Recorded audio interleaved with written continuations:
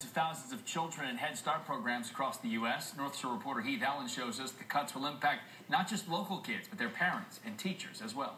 When those federal budget cuts take effect tonight, one way or the other, they're going to affect what's going on in this room right here.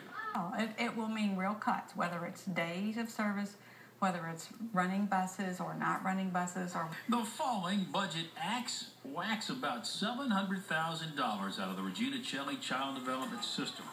Operating 14 centers in 5 North Shore parishes, Regina Coeli Head Start and Early Head Start programs play critical roles in the lives of nearly 1,800 kids and their families.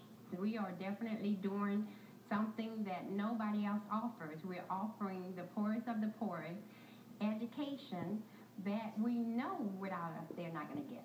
It's very frustrating. I'm here doing my job every day. Lots of people go to their jobs every day, and they do what they're supposed to do. Apparently, Washington cannot figure out how to deal with the cuts, leaving others to handle that job. The Regina Coeli system now working to lessen the impact on the kids in their care. Rather than cutting the number of children that we serve, we may cut the number of days that we serve instead of that. And so furlough staff and furlough kids and just a couple of days a month maybe just not be open. Needless to say, hundreds of families depend on the Head Start and Early Head Start programs to care for and teach their children while the parents work. For our community, because it is really such a poor community, I would not imagine my family being able to afford the high expenses of daycare, because most of my parents are not working parents. And hundreds of other families depend on this system for jobs. And I pay 500 people.